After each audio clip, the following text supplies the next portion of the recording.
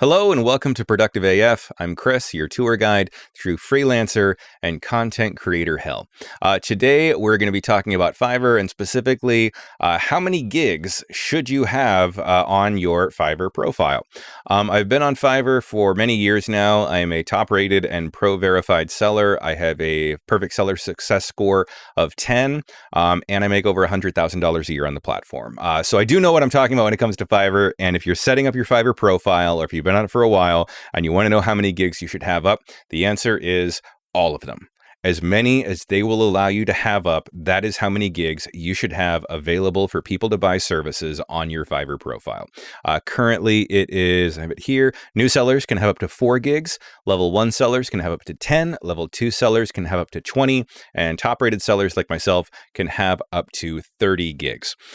So the couple of reasons for this: one, you just want to have as many ways for people to hire you as possible out there.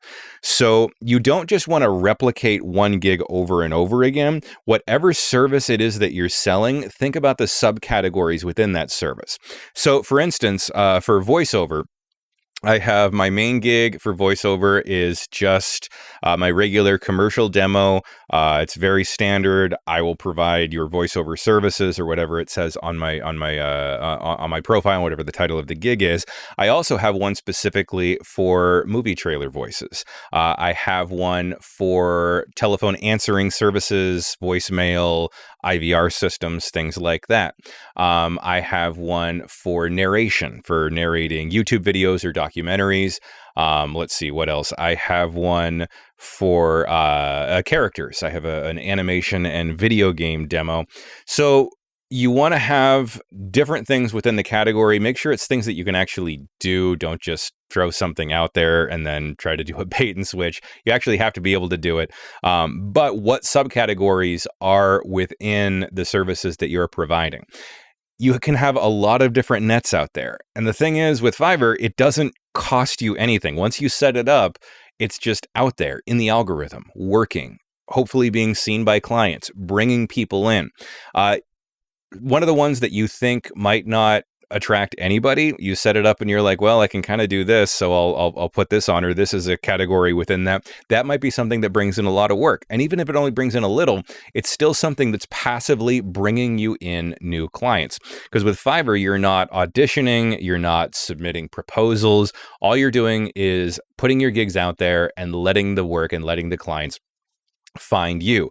And I've talked about gig rotation, but if you are brand new to the platform, you will be placed and you will be shown to potential clients every once in a while, and that gives you an opportunity to bring more people in. It's not just the people who are veterans on the platform that are going to end up on the first page over and over and over again consistently. They do rotate through those gigs.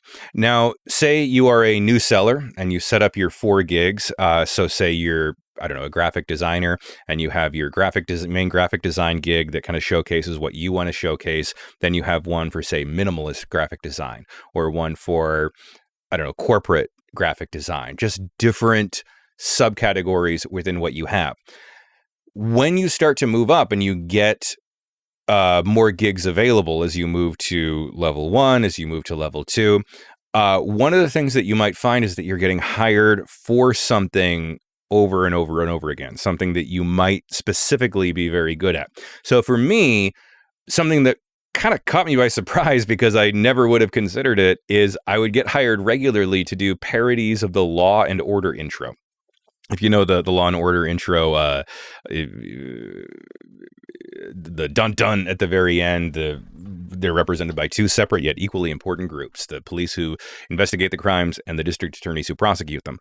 So I set up a gig that was specifically for that, and that brings in a couple of jobs a week. People are looking for that. Other things that I've tried, things like doing the A-Team intro or the Twilight Zone intro, apparently not that relevant. Those never got any traction.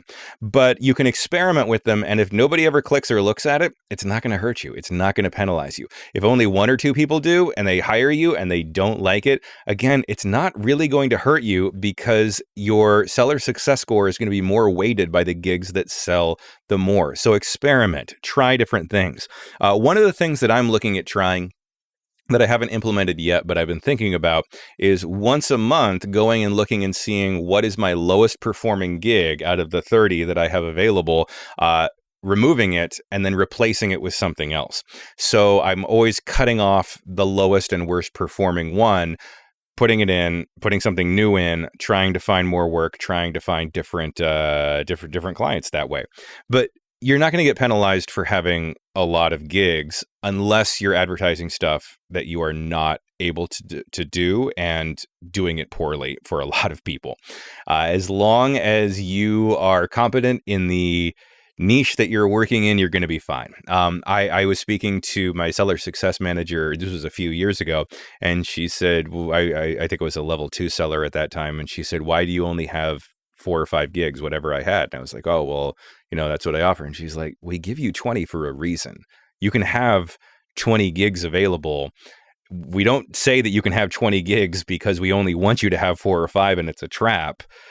Figure out other subcategories within what you're offering and then create gigs for those. So I hope that was helpful. Whatever the maximum number of gigs you can have on your Fiverr profile, that is the number you should have. Cast a whole lot of different nets. Go out there, get a whole lot of different clients. I wish you a world of success. And until next time, thank you for watching.